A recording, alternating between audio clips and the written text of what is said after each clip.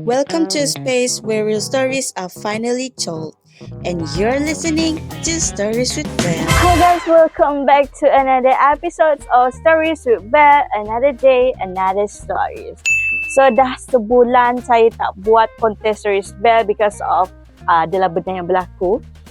Jadi episod kali ni sebenarnya episod pertama selepas sebulan saya tak buat konten. Amazing, right? So jadi untuk dijadikan sebagai episod yang menarik, I have decided untuk buat topik hari ini menarik juga, iaitu macam yang kau boleh nampak dekat title tu, which is about women support women. So benda ni kalau korang perasan lah, awal-awal di tahun 2026, 2025, 2024, semenjak TikTok viral kan. Kalau korang perasan banyak sangat perkataan women support women, girl support girls. Like benda tu dia orang nak jadikan benda tu sebagai satu kempen di mana perempuan saling support each other kalau perempuan ditindas. Betul tak? Betul tak? Tetapi also at the same time, benda ni membuat saya berfikir juga. Kalau kita tengok kes-kes yang di dunia realiti sekarang ni, apa yang tengah berlaku, adakah korang rasa perkataan woman support woman ni memang boleh digunakan? Ataupun adakah dia relevan? Sebab kalau kita tengok kes-kes zaman sekarang ni, bila ada melibatkan contoh kes suami curang. Bukan main lagi cakap woman support woman, tapi yang mencurangi tu perempuan. Faham tak? It was at this moment that he knew. He Girl. fucked up. Itulah maksud saya. Lainlah kalau suami kau curang dengan lelaki. Cacat. Tapi ni tak, dia curang dengan perempuan lain. Jadi saya pun berfikir, adakah perkataan woman support woman itu memang betul-betul relevan ataupun hanya sekadar metodologi? Gitu. Jadi kita nak membahaslah topik hari ini dengan saya berkongsi cerita macam biasalah. Di dalam konten Stories with Belle mestilah ada story. Nama pun Stories with Belle, Stories with me. So of course, there will be story. Jadi hari ni kita ada 4 story yang dikongsikan oleh beberapa penulis yang terhebat lah. Jadi saya tak nak buang masa. Saya akan terus bercerita lah apa cerita pertama kita. Iaitu, she was happy until I started doing better. Cerita ni dalam bahasa Inggeris korang. So kalau korang tak faham, korang boleh Google Translate. There was this girl who had been best friend with another girl since university. They were always together. They studied together, went out together, celebrated birthday together, semua benda together. Even semua orang sekeliling diorang memang anggap diorang memang bestie forever. Gitu. After graduations, life started moving in different directions. One of them struggled to find a job, while the other eventually landed a decent position at a company she had always dreamed of working for. At first, nothing seemed different. Her best friend congratulated her and even posted about it on Instagram. But after a few months, little things started changing. Whenever she shared something she was proud of, whether it was completing a project, getting praised by a manager, or simply buying something nice for herself after saving for months, her best friend always had something negative to say. She started saying things like, untungnya kau, bestnya jadi kau, mesti best kan dapat kerja macam kau, kalau lah aku dekat tempat kau. Eventually, those comments becomes more personal. She noticed her friends stopped liking her posts. She stopped replying to her messages the way she used to. If they met with mutual friends, her friend would make small jokes about her that everyone laughed at. But somehow, they didn't feel like jokes anymore. The friendship slowly became exhausting.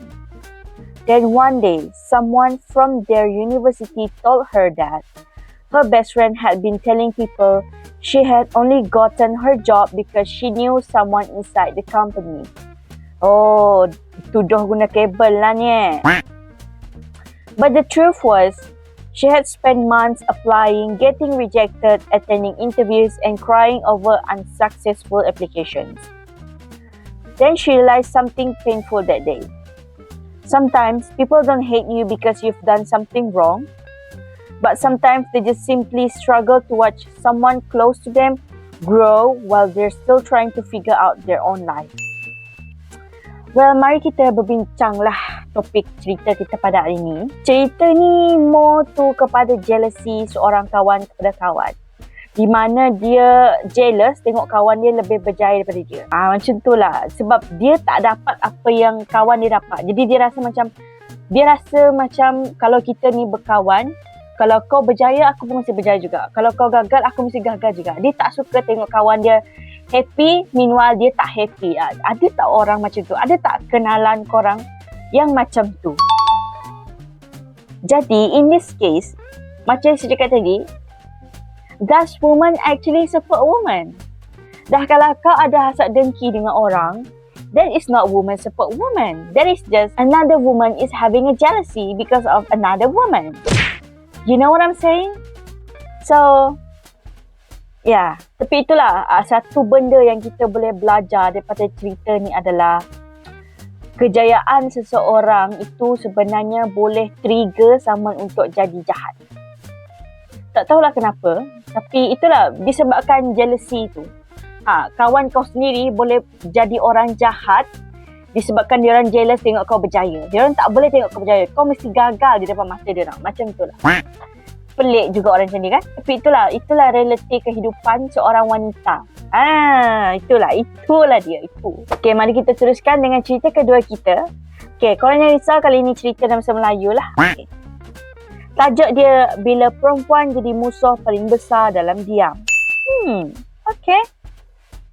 Ada seorang perempuan yang aku kenal baru-baru ni, dia start buat konten dekat TikTok. At first, video dia biasa je dengan view setakat 200 view, 50 view. Dan dia pula jenis yang dia tahu je konten dia memang tak perfect. Tapi dia konsisten buat konten sebab dia memang minat buat konten. Is that me? Okay. Yang peliknya, orang yang paling rapat dengan dia langsung tak pernah nak support dia. Tak pernah like, tak pernah share, tak pernah komen.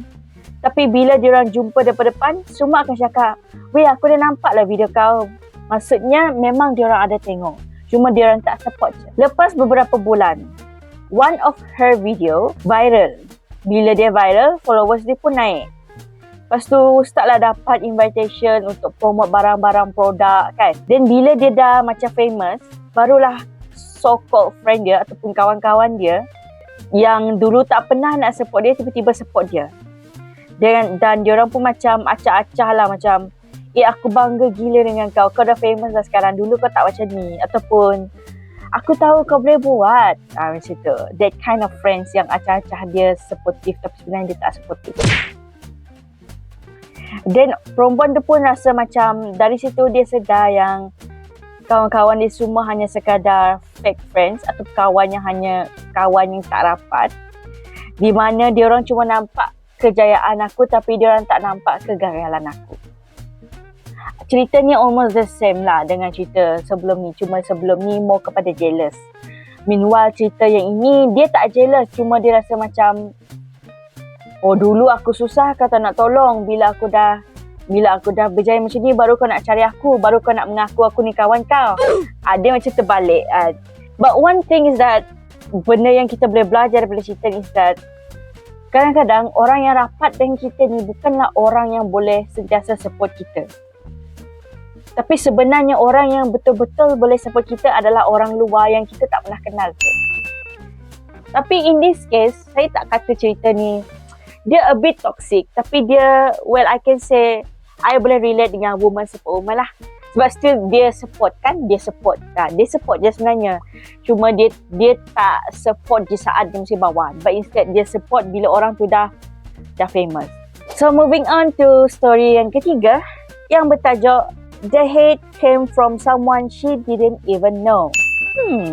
Okay. Let's start. A woman posted a simple video about her graduation. Nothing expensive, No luxury lifestyle, just a short video of her parents hugging her after the ceremony. The comments were mostly positive, but then another woman commented, I don't know why people are congratulating you. Thousands graduate every year. That one comment somehow encouraged more negativity. People started criticizing her makeup, her body, her voice, her clothes, even the way she smiled. And the strange part is, almost every hateful comment came from other women. She clicked on a few profiles. Most of them had never met her before.